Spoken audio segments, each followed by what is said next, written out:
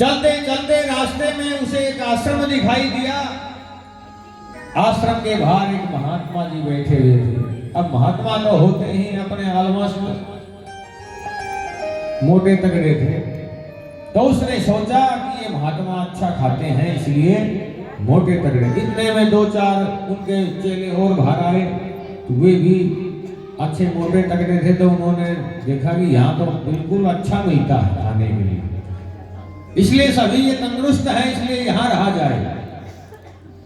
महात्मा के चरणों में दंडवत प्रणाम किया। खुश रहो बच्चे, महाराज जी हमें भी शिष्य बना लो। तो महात्मा ने कहा कि रहो। गुरु मंत्र दिया, तुलसी माला गले में डाल दी। तो कहने लगा गुरुजी अब काम क्या करना है? काम कुछ नहीं, सुबह शाम भगवान की आरती पूजा में खड़े रहा करो, राम राम राम राम जपो, और कुछ छोटा मोटा आश्रम का काम हो करना। और बोलो खाने के लिए, क्योंकि उन अपनी पेट पूजा पहले, तो बोले हमारे यहाँ सुबह शाम 4 पंक्तियां चलती हैं, प्रेम से भोजन पाओ। बोले गुरुजी अगर आपको कोई हर्ज ना हो तो मैं चारों ही पंक्तों में बैठा रहूं। गुरुजी हंसने लगे कि 4 पंक्त उठ जाए तू अकेला ही लगा रहे। भाई कोई बात नहीं, अब जितनी भूख होगी खाना तो पड़ेगा, कोई बात नहीं, जितनी इच्छा हो खाना। अब वो रह गया मंदिर में, बड़े आनंद से वहां पर भोजन प्रसादी मिले, राम राम राम राम रटे। काम इतना कुछ था नहीं आश्रम में, परंतु उसे क्या पता कि एक दिन आश्रम में भी आफत आएगी। एक दिन सुबह से भंडार गृह में कुछ नहीं बन रहा। अब वो बार बार देखे रसोई घर में जाकर आज कुछ बना नहीं रहे, आज कुछ बना नहीं रहे, उससे रहा नहीं गया। गुरुजी के पास गया, गुरुजी आज कुछ बना नहीं रहा। तो गुरुजी ने कहा कि भैया हम तुम्हें बताना भूल गए थे, अरे आज एकादशी है, आज भी एकादशी है, हमने भी कर रखी है। भैया वो एकादशी करती हो कि नहीं? बहुत बढ़िया, एकादशी के बराबर कोई व्रत नहीं है। तो अब वो इतना सरल कि उसे एकादशी का भी मालूम नहीं। गुरुजी एकादशी का मतलब, बोले एकादशी का मतलब यही है कि न कुछ बनेगा न कुछ मिलेगा। बोला हमें भी? बोला हाँ और क्या, आश्रम का नियम है। अब तुम भी गुरु मंत्र दे दिया, वैष्णव हो गए, तुम्हें भी उपवास करना होगा। तो कहने लगा कि गुरुजी ये और चेले इनसे करवाओ, मुझसे व्रत नहीं होगा। तो महात्मा जी कहने लगे कि नहीं है, आश्रम का नियम है, करना पड़ेगा। तो कहने लगा कि आज हमारी एकादशी करवा गई तो द्वार से तो हम देख ही नहीं पाएंगे, आज शाम तक होलेगा हमारा काम। गुरुजी ने सोचा कि ये तो बड़ी आफत आई। अरे भाई आश्रम में तो नियम है, बनेगा नहीं, तुम बना लोगे? अरे बोलो गुरुजी मरता क्या नहीं करता, तुम हमें सामान दिलाओ। तो एक शिष्य को कहा कि भाई जाओ इसको सामान दिलाओ। तो वो 2.5 सेर आटा, मीठा और अपनी सब्जी का सामान, आलू मिर्च नमक इत्यादि सब लेकर के और चलने लगा। तो बोले इधर आओ, आश्रम में तो बनेगा नहीं। वो नदी के तट के ऊपर एक वृक्ष खड़ा हुआ है, उसके नीचे बनाना और बना करके भगवान को भोग लगा करके प्रसाद बुद्धि से ग्रहण करना। उसने सोचा कि भगवान को जिमाना है, फिर तेरे को खाना है। ठीक है गुरुजी। अब वो बेचारा गया, जल्दी जल्दी भूख लग रही थी, पहले तो बना बनाया मिलता था, आज बनाना पड़ रहा है। अब जैसे तैसे करके बनाया। अब उसे याद आई, गुरुजी ने कहा था कि भोग लगाना है, भगवान को जिमाना है। अब वो लगा भगवान को बुलाने, ओरे राजा राम आइए, प्रभु राम आइए, मेरे भोजन का भोग लगाइए। राजा राम आइए, प्रभु राम आइए, मेरे भोजन का भोग लगाइए।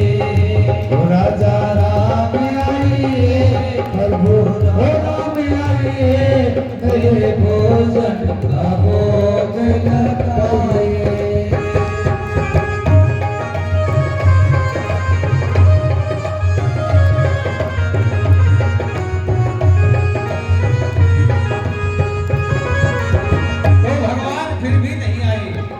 तो कहने लगा आचमनी अर्घान आरती यहाँ यही महिमा दे।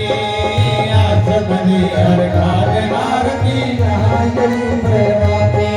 अरे सूखी रोटी खाओ प्रेम से पियो नदी का पानी। राजा राम आइए प्रभु राम आइए भोजन का भोग लगाए। राजा राम आइए प्रभु राम आइए भोजन का भोग लगाए। भगवान फिर भी नहीं आए। वो कहने लगा कि मंदिर में तो ऐसे आपकी पूजा अर्घ इत्यादि करके तुम्हें भोग लगाते हैं, अब मेरे कहना यहाँ कुछ भी नहीं है, भूख लग रही है, मुझसे रहा नहीं जा रहा, जल्दी आ जाओ। लेकिन भगवान फिर भी नहीं आए तो कहने लगे अरे पूरी और पकौड़ी भगवान सेवक ने न बनाई। अरे पूरी और पकौड़ी भगवान सेवक ने बनाई। वो आदत आपकी बिगड़ गई है खाके मेवा मिठाई। राजा राम आइए प्रभु राम आइए भोजन का भोग लगाए। मेरे भोजन का भोग लगाए। भगवान फिर भी नहीं आए। कहने लगे कि मंदिर में तो तरह तरह के तुम्हें भोग लगाते हैं, अब मेरे तो ये सूखी रोटी है, नदी का पानी है, जल्दी आ जाओ, भूख लग रही है मेरे को। फिर भी भगवान नहीं आए तो कहने लगा अरे भूल करोगे यदि तज दोगे भोजन रूखा सोखा। भूल करोगे भोजन सूखा सूखा। ओ मैं एकादशी आज मंदिर में बैठे रहोगे भूखा। राजा राम आइए प्रभु राम आइए मेरे भोजन का भोग लगाए। ओ राजा राम आइए प्रभु राम आइए मेरे भोजन का भोग लगाए। भगवान इस बात पर भी जाते हैं जब उसने ये कहा कि ये मंदिर में आज कुछ नहीं मिलने वाला, मंदिर से तो जान बचा करके हमें यहाँ यहीं पर आ जाओ, वहाँ कुछ मिलने वाला नहीं है। तो भगवान इस बात पर भी जाते हैं और भगवान प्रकट हो जाते हैं, लेकिन अकेले नहीं आए। सीता समारोह पितवाम भागम, श्री सीता जी को साथ लेकर के प्रकट भए और जैसे ही भगवान की छवि देखी मन प्रफुल्लित हो गया, आह्लादित हो गया, लेकिन उदास हो गया। एक बार भगवान की तरफ देखे, एक बार उनके घर देखे। भगवान बोले हम आ गए, हाँ आ गए। क्यों क्या हुआ? नहीं, वो गुरुजी ने कहा था कि एक भगवान को भोग लगाना, अब तुम दो आ गए, कोई बात नहीं है, बैठो। प्रेम से बैठा करके भगवान को भोग लगाया और जब चलने लगे तो कहने लगा कि हे प्रभु आपकी दृष्टि, आपकी शोभा ये देख करके मन प्रफुल्लित हुआ है, आनंद हो गए हैं। अब मुझे मालूम चल गया कि आप दो आते हैं, अगली बार मैं व्यवस्था करके रखूंगा, लेकिन आप जल्दी आ जाया करो, मुझसे भूखा नहीं रहा जाता। भगवान हंसने लगे, कहने लगे कि ठीक है, अंतर्ध्यान हो गए। और फिर उन्होंने जो प्रसादी बची उसे पाकर के और अपने आश्रम में गया। उसने गुरुजी को कुछ नहीं बताया, उसने सोचा कि भगवान आते ही ऐसे होंगे। अब 15 रोज दूंगा बढ़िया तक गया, लेकिन 15 रोज बाद फिर एकादशी आई। वो गुरुजी के पास गया, गुरुजी हमारा सामान बढ़ाओ। क्या बात? वहां एक नहीं दो भगवान आते हैं। अब गुरुजी ने सोचे कि इनको 2.5 सेर आटा में भी पारना पड़ी होगी, कोई बात ना भाई, ज्यादा भूख होगी भाई, इसका 1 सेर आटा और बढ़ा दो। अब वो 3.5 सेर आटा सब सामान लेकर के पहुंचा और फिर भगवान को बुलाने लगा। हो राजा राम सीताराम आइए मेरे भोजन का भोग लगाइए राम आइए प्रभु हो राम आइए मेरे भोजन का भोग लगाइए। भक्त ने आवाज लगाई तो भगवान प्रकट हो गए, लेकिन लक्ष्मण जी को साथ लेकर के और आगे। और जैसे ही भगवान प्रकटे, बोलो धन्य हो, एक को बुलाया दो आया, दो को बुलाए और आगे। भगवान बोले हम आ गए, हाँ बुला गए, ठीक है। ये कौन है? बोलिए हमारे छोटे भाई हैं। बोलो लगते तो नहीं, न स्वभाव से न रूप से। नहीं नहीं, ऐसा क्यों कहते हो? हमारे छोटे भाई हैं। बोले एक बात बताओ, मैंने ठाकुर जी के भोग का ठेका लिया है कि ठाकुर जी के खानदान का? वो भक्त कहने लगा, बताओ गुरु जी ने तो एक कहा था, अब तुम दो आ गए थे, कोई बात नहीं, दो की मैंने व्यवस्था कर दी, अब ये भाई साहब और आ गए। अब भगवान हंसने लगे, खिलखिला करके हंसने लगे, लेकिन लक्ष्मण जी को बड़ा बुरा लगा कि भगवान कहाँ ले आए, क्या स्वागत किया है इसने आते आते। लेकिन भगवान ने इशारों में समझाया कि भगवान भक्त है, इसकी तो सब सहन करनी पड़ेगी, आत्मा का निर्मल है, कोई बात नहीं, अब दो की व्यवस्था तो है। अब ये एक ही फालतू बैठो, बैठा करके भोजन करवाया। भोजन जब भगवान ने किया और जब जाने लगे तो हाथ जोड़ करके कहा कि अगली बार कितने आओगे, अभी से मुझे बता दो, मैं आपकी व्यवस्था करके रखूंगा। भगवान हंसने लगे और अंतर ध्यान हो गए। अब उसने बची हुई प्रसादी को पाया और आश्रम में चला गया। 15 रोज तक आनंद से रहे। फिर 15 रोज बाद फिर एकादशी आनी थी। वो गुरुजी के पास गया, गुरुजी हमारा 7 सेर आटा करो। अब गुरुजी ने सोचा कि 7 सेर आटा तो ये खा नहीं सकता, ये बेचता है या क्या करता है। गुरुजी ने एक शिष्य को बुलाया, इसको 7 सेर नहीं 8 सेर आटा दो, आज पीछे से चल करके देखेंगे ये करता क्या है। अब वो 8 सेर आटा सब सामान लेकर के पहुंचा नदी के तट पर। लेकिन ये भक्त भी बड़ा अजीब, इसने सोचा कि पहले बुला के देख लूं, बनाऊं ना। अब वो सामान रख करके लगा बुलाने भगवान को, हो राजा राम आइए, सीता राम आइए, लक्ष्मण राम आइए, मेरे भोजन का भोग लगाइए। राजा राम आइए प्रभु हो राम आइए मेरे भोजन का भोग लगाइए। तो जब जंगल में भक्त ने कीनी करुण पुकार, और तब वन के अंदर प्रगट भयो दिव्य राम दरबार। जैसे ही भक्त ने आवाज लगाई, पूरा राम दरबार प्रकट हो गया। श्री सीताराम भक्त लक्ष्मण शत्रुघ्न हनुमान जी, उसने देखी, धन्य हो, बोल एक को बुलाया दो आया, दो को बुलाया 3 आया, आज तो हद ही कर दी, सारों ही परिवार आ गए। और आदमियों की तो बात छोड़ो, आंध्रा बांद्रा में भी खा लाया हनुमान जी के साथ। भगवान बोले हम आ गए। बोले हाँ बढ़िया किया, आ गए। बोले एक बात बताओ, हमने आपसे पूछा था आप कितने आओगे, आपने कोई हमें जवाब नहीं दिया, और आज तो हद कर दी, सारे ही परिवार को ले आए और ये बांदरों को भी साथ ले आए। ये रखा सामान, बनाओ और खाओ।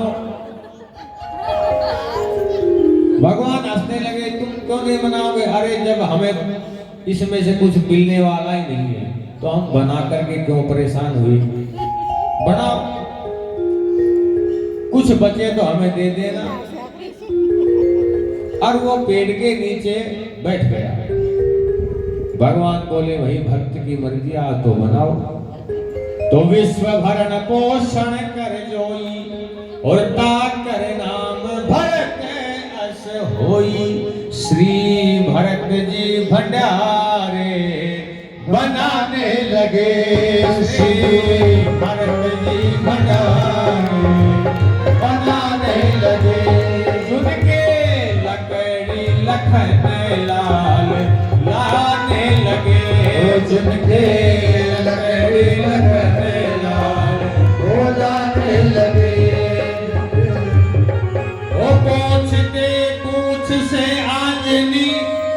हाथों से पोंछा लगाने लगे और हाथों से पोंछा लगाने लगे। जेके चूल्हे इधर और उधर शत्रुघ्न साग भाजी अमनिया कराने लगे। साग भाजी अमनिया बनाने लगे। पाके संकेत शक्ति का मतलब श्री सीता जी। श्री सीता जी ने संकेत किया, रिद्धि सिद्धि वहां पर आ गई। और जैसे ही रिद्धि सिद्धि और सीता मैया भोजन बनाने के लिए बैठी हैं, तब अनेक संत महात्मा वहां पर उपस्थित हो गए। मैया, हमें भी आपकी हाथ की प्रसादी मिले, हमें भी आपके हाथ की प्रसादी मिले। और वो पेड़ के नीचे दोनों गोडों में सिर दिए नीचे बैठा हुआ। भगवान ने कहा कि तुम ऐसे क्यों बैठे हो? बोलो, जब हमें मिलना ही नहीं तो हम बनते हुए भी नहीं देख सकते। और जब वो संतों का शोर मचा तो उसने ऊपर अपना चेहरा करके देखा तो बिल्कुल निराश हो गया कि मैं बच तो अब ये आ गया, अब कुछ ना मिले। इतने में ही गुरुजी आ गए। गुरुजी कहने लगे, बेटा कैसे बैठा है? अरे भले आए गुरुजी, अब तुम ही देख लो ये कितने भगवान मेरे पीछे तुमने लगा दिए। अब गुरुजी ने किमी भी ना दिखे वहां। बोले, हमें तो कुछ दिखाई नहीं दे रहा, ये सामान रखा है यहाँ और तुम बैठे हो। उसने सोचा या और भी बत्ती करी तो भगवान से कहने लगा कि एक तो हमारे गुरुजी ने हमारी एकादशी नहीं कराई, आपने संपूर्ण एकादशी हमारी करा दी और ऊपर से हमारे गुरुजी को दर्शन भी नहीं दे रहे, इनको भी देखो। तो भगवान ने कहा कि हम तुम्हारे गुरुजी को नहीं दिखेंगे। क्यों नहीं दिखोगे? हमारे गुरुजी तो बहुत भजनानंदी है, तपस्वी है और वो तो बहुत ही उच्च कोटि के महात्मा है। बोले, इसमें कोई संदेह नहीं, आपके गुरुजी भजनानंदी हैं, खूब इन्होंने सिद्धियां प्राप्त की हैं, लेकिन जितने तुम सरल हो उतने सरल गुरुजी नहीं है। तो गुरुजी ने पूछा कि बेटा क्या बात है? तो कहने लगा कि गुरुजी, भगवान को कह रहे हैं कि तुम्हारे गुरुजी को हम नहीं दिखेंगे, तुम्हारे गुरुजी तुम्हारे जितने सरल नहीं है। तो गुरुजी ये सुनकर के नेत्रों से अश्रुधार बहे कि हमने खूब सिद्धियां अर्जित की, खूब भजन किया, खूब तपस्या की, लेकिन जिस सरलता के कारण, जिस निर्मलता के कारण भगवान रिझते हैं, दर्शन देते हैं, वो सरलता हमें नहीं आई। और जैसे ही अश्रुधार भई हृदय निर्मल हो जाता है तो गुरुजी के सामने भी भगवान प्रकट हो जाते हैं। बोले श्री रामचंद्र भगवान की। तो निर्मल मन जन सोई मोहि पावा, मोहे कपट छल छिद्र में भावा। तो भगवान तो भाव के भूखे हैं। श्री सुखदेव मुनि